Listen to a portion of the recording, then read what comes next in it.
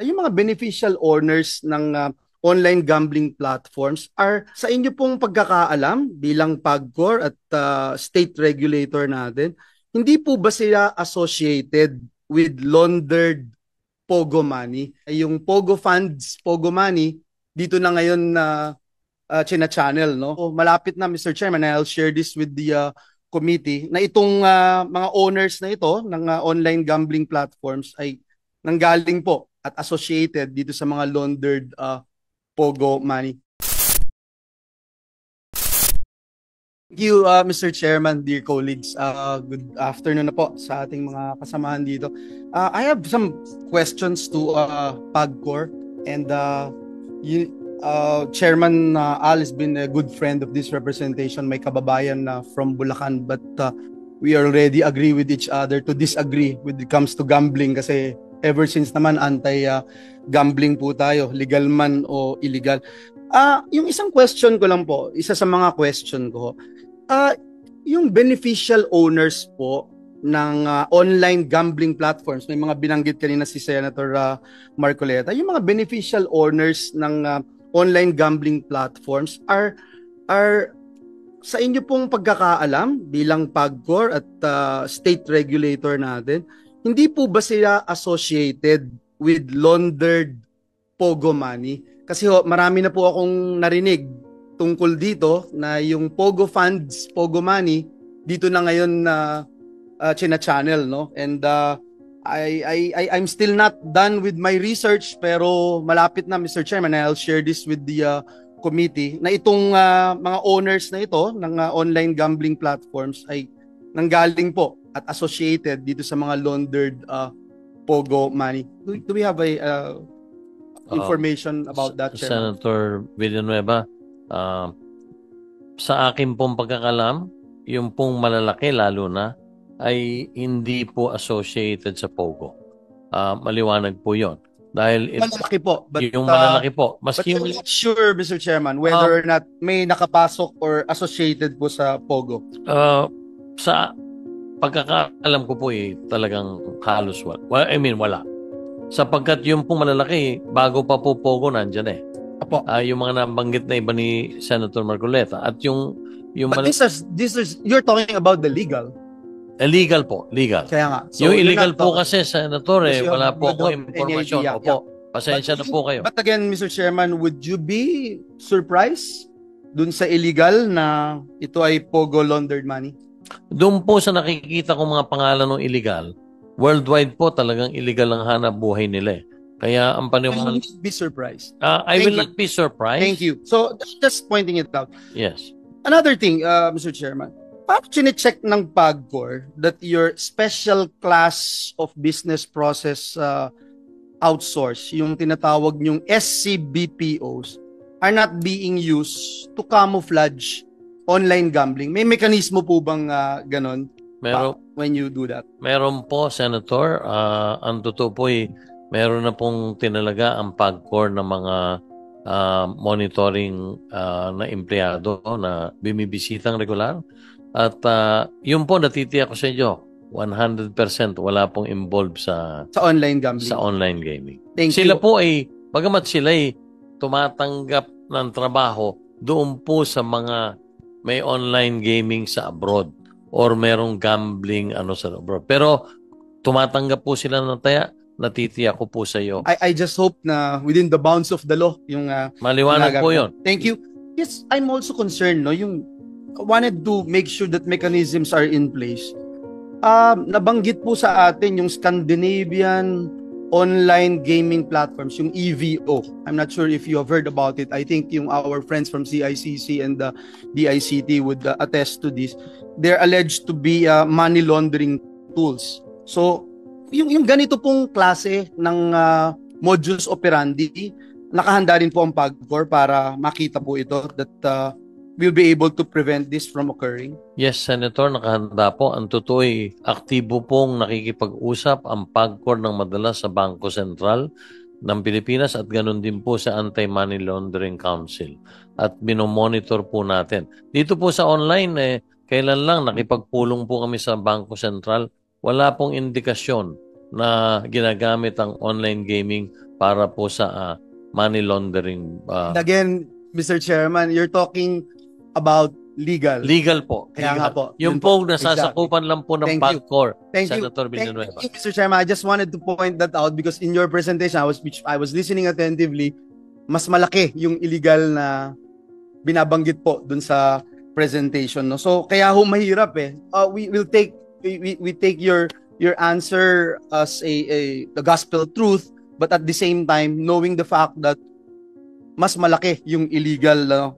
And I remember, Mr. Chairman, during the time when we were talking about Pogo and all, nung may Pogo crisis, sinasabi nyo nga po ng PAGCOR na hindi nyo talaga kayang kontrolin or ma-regulate lahat, no? Dahil mas marami nga yung illegal. Parang ganito din po na online na gambling. And kanina ina-admit nyo rin na sa laki po nito, hindi talaga halos imposible na ma-regulate ng PAGCOR ang lahat ng ito. And that is the main reason, Mr. Chairman, na ang posisyon po ng representasyon na ito ay itigil muna at kung balak nating i-regulate, magsimula tayo from scratch para masiguro natin lahat ng illegal nahuhuli po natin. Lahat mako-consider na illegal. But another problem that may arise is the concern of Senator Marcoleta. Kung yung wete nga hindi pa natin napapa-stop, no? Doon sa amin sa Bulacan hanggang ngayon may isabong eh. Nagugulat ho ako eh. Tagal-tagal ng illegal ng isabong. So, yun lang po, Mr. Chairman, at siguro yung huling katanungan ko po, and I just wanna give way to my colleagues so that they can ask their questions. One, yung binabanggit ni Senator Pia Cayetano, yung sa PhilHealth hindi nabibigay. Lagi yung reklamo sa amin. Laging reklamo din ho sa amin yung Philippine Sports Commission na hindi rin po nabibigay. At kami na ho yung gumagawa. And just for the record, Mr. Chairman, personal na, alam ni Senator Pia, personal na resources yung ginagamit namin para lang tulungan yung ating mga atleta, mga bayani natin na nakiki-compete around the world. But last but not the least, Mr. Chairman, no, yung gusto kong susugan, yung lagi kong tinatanong sa PAGCOR ito because we're the only country in the world perhaps enjoying this dual citizenship of PAGCOR, being the regulator and operator at the same time. Saan ka naman nakakita nun na ikaw na regulator, ikaw pa yung operator? And I remember 2 years ago, if I'm not mistaken, the PAGCOR chief made mention of somehow that idea na ano na po kayo, no? So gusto ko malaman kung nasaan na po tayo doon para nang sa ganun maging malinaw na po talaga tayo. Tayo ba'y regulator? Tayo operator? Opo. Tulad po ng nabanggit ko, humigit kumulang siguro 1 taon at kalahati na sa mga hearing dito sa Senado na nauukol sa Pogo. Isa po sa pangunahing talagang ginagawa ko ay yung tinatawag na decoupling. Dahil sa buong mundo po, wala pong kaisa-isang regulador na operator din at the same time. Maski saan po kayo mag-research. Kaya naniniwala po ako doon sa sinabi ninyo at para po sa update lamang ay naisubmit na po namin sa GCG, yung pong aming pinagre-reporta ng mga GOCC, ang lahat po ng dokumento na hiniling nila sa amin para nang sa ganun mapag-aralan na at madesisyon na kung tamang maghiwalay na ang papel na ginagampanan ng PAGCOR bilang isang regulador nga lang ba dapat or kasama rin ang bigibigi. For the record, Mr. Chairman, what is your position? My position, I have said this time and again, I am for the decoupling. I am for PAGCOR only being a regulator and not both a regulator and an operator. Thank you very much, Mr. Chairman. Maraming salamat you, din Mr. po, Chairman. Senator Villanueva, sa pagkakataon. Thank you, Senator Villanueva. Anyway, with the indulgence of my colleagues here, kung papayag po, because we're pressing for time here, we will wind down at around 2 o'clock this afternoon. Kung po pwede, kung papayag po yung mga kasamahan ko rito, after we ask questions to yung ating mga kasamahan dito sa PAGCOR, we will start, we will go to our victims, kung okay lang. We will go to our victims. But anyway, maraming salamat po. We now go to Senator Risa Ontiveros. Salamat, Mr. Chair. Chairman Tenko, magandang tanghali po. Magandang tanghali po. Yes, sir. Unang tanong ko po para sa PAGCOR. Ano pong opinion nyo sa pagpo-promote ng alingmang government agency, whether PAGCOR yan or Bangko Sentral or iba pa? Anong opinion nyo sa pagpo-promote ng isang government agency sa online sugal? Anumang anyo ng online sugal? Sa amin pong pananaw, Senator Intiveros, ay nakita ko po talaga malaking problema eh. Ang problema po ay yung binanggit nga po nila Senator Villanueva kanina at ng iba na namamayani po ang illegal eh. At ito nga po ang dahilan. Marami nagtatanong kanina at nagpakita sa mga presentation ng iba na kung bakit ba talaga biglang umangat ng husto ang revenue na nagmumula sa online. Ang nangyari po rito, at siguro ibigyan nyo lang ako ng pagkakataon, yung pong illegal ay napasok po natin. We wanted to break the illegal sapagkat namamayani po sila during the pandemic hanggang sa ngayon at nakita ko po talagang wala silang binabayad na buwis.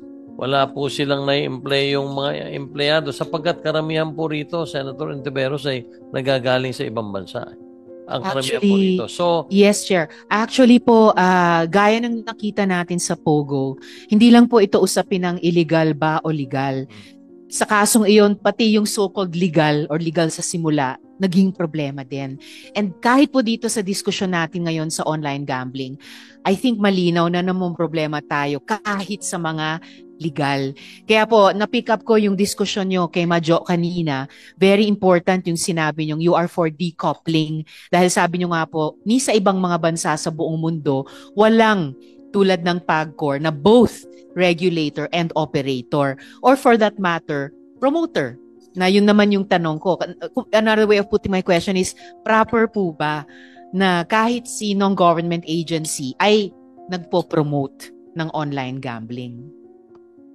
Sa akin pong paniwala ay hindi naman dapat lahat. Ako bilang ang PAGCOR bilang ang regulador talagang yun po ang aming mando or sa charter namin talagang humanap ng mga paraan para may ayos at maregula ang mga negosyo ng pagsusugal. Kaya po minarapat namin dito sa PAGCOR na gawin ang lahat na magagawa para maiayos at mailagay sa ayos ang lahat nitong sa online gaming. So, Chair, kapag po naisabatas na yung sinusulong yung decoupling, pati for promotion ng online gambling, hindi na po gagawin ng PAGCOR? Dapat po. Basta po regulation lang po. I totally agree. At salamat po para sa ganyang palagay ko tamang posisyon. Kasi maintindihan natin yung mga gambling companies mismo sa private sector. Negosyo nila yan